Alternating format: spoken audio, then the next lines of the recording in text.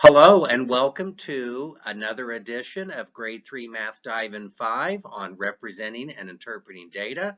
My name is Daryl Frost. I'm Barbara Knox. Thank you for joining us.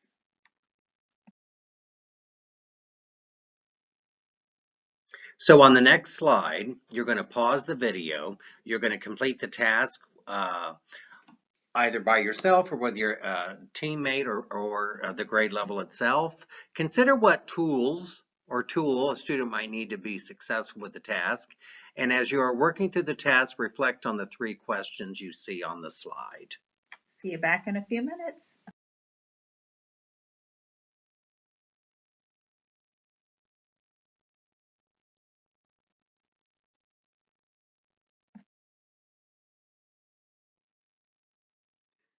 So here in the progressions with BEST, we've highlighted data and probability, which is really a whole new domain. There are a lot of changes a lot with of what we've done changes. with graphing Yes. before and what we're doing now. Yes, and so it goes from 1st to 5th grade. The big change when you get beyond 3rd grade is you start working with fractional values. Prior to 3rd grade, the number of categories is smaller and such. What we're going to focus on today is really both of these benchmarks, DP11 and DP12, the skill of representing and interpreting is what we're going to focus on, and also highlight circle graphs, which is also new to grade 3.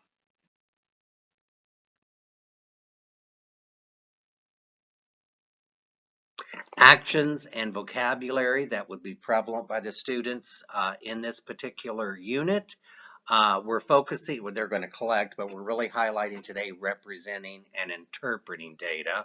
And look at all that vocabulary there that you see. A lot of different types of graphs. And the things that we have to remember, the title, the labels, the scale. And seeing different data points, same data points displayed in different ways, which is what they've done on that first task.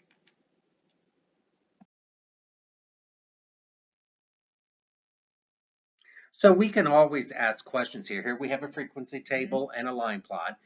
Teachers have created these or something that looks very similar to it, right? Right. We can always ask questions like, okay, well, how many yards did Carter, mow each of the months, to build understanding of the frequency table, or even on the line plot, but connecting these two different displays. Well, there's some things I can see in the frequency table that I can't see in the line plot and vice versa. Like what? Well, on a line plot, I can see that there were 3 months that he mowed 30 yards. And I can see that in the frequency table, but I have to look for it. Okay.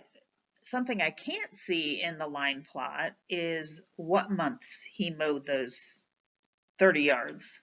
Right. I can only see that in the frequency table. And even going further then, if I see, well, on the line plot, Carter mowed 30 yards in 3 months. 3 different months. Because I see there that dot must represent a month. Correct. What months are they on the frequency table? I would have to look at the frequency table to know that. But those questions would be good to get them to go back and forth, because they are showing the number of yards mowed, but it's displayed differently. It is. And that's important because kids don't see those connections unless we ask. Mm-hmm.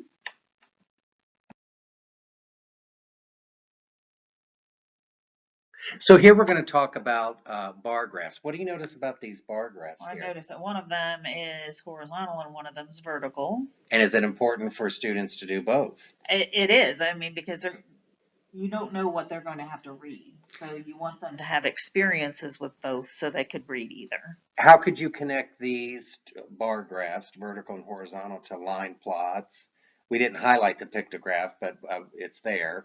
Line plots, pictographs, or a frequency table. Well, you can connect it to the pictograph, for example. A pictograph would have, instead of bars, it would have pictures, and there would be a key for how many yards each picture represents. Sure.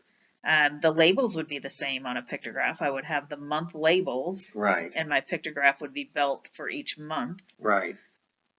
And then the tallies on the frequency table, you could see like, okay, March was 10. I see that here. I see 3 months that have that my bars end at 30, so I And can connect that back to the line plot where where I you see 3 circles above circles. 30 on the line plot. Yep, very good. So it's important then for students to take the same data and display it in multiple ways And to as make you connections to make between each of those models.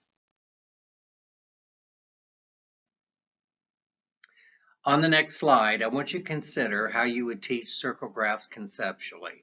Consider what tool or tools you might use to help you to do that.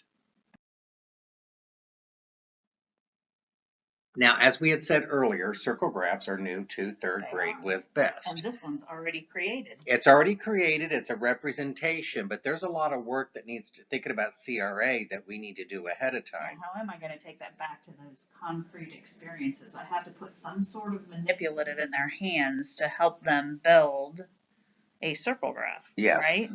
So, Daryl, what if we use color tiles and San Antonio is going to be red and Dallas is going to be yellow and Houston will be blue and Austin will be green? Okay, so take a moment, teachers, and go ahead and think of whatever tool you have using those colors. Think about how you could create a circle with using those tiles or cubes or whatever you want to use, right, that you could align those colors to. And we'll see you right back on the next slide after you've had a chance to work with whatever tool you selected. So here we are, whatever tool, they probably have created it in some sort of circle. Here we have tiles, right? Square tiles. And it is important to keep the colors together, right? So if I have 4 red, I've got to keep all 4 red together in that circle. In this case, it's the 4 red are the 4 people that have moved to San Antonio, Correct. Texas. The 4 yellow are those that moved to Dallas, Texas. The 5 blue are Houston, Texas, and then the 6 green are Austin, Texas. So we have that. Then think about, okay, well, what would we do after that? So if that's laying on a piece of paper, chart paper, or whatever, I want to turn this into a circle graph, so I've got to make a circle. So they could trace it. They could trace around the circle.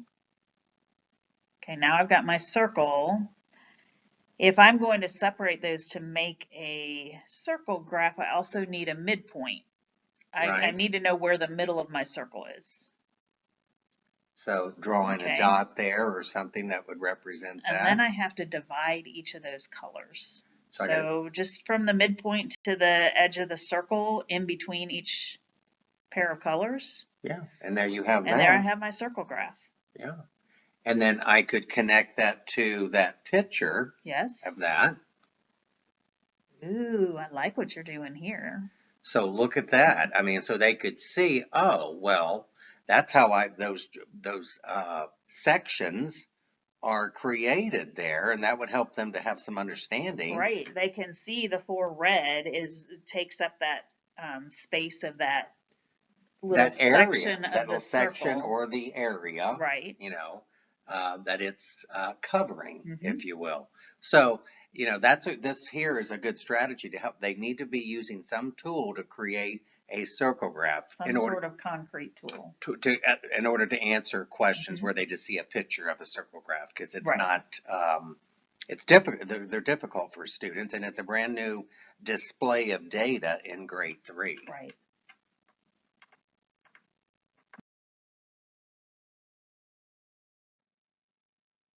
So here you see 6 different potential misconceptions or obstacles that students may have with thinking about data.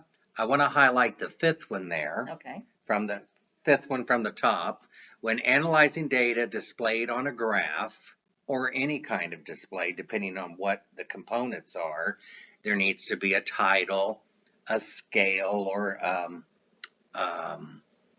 key, sort of labels. Not every graph will have a key, but a pictograph would. But a bar graph would not have a key. But it would have a scale. Yes. So it's just important, whatever the display is, the components that are necessary. Those parts of the graph are going to help students read and interpret that graph. Just by the title itself. Right. Yeah.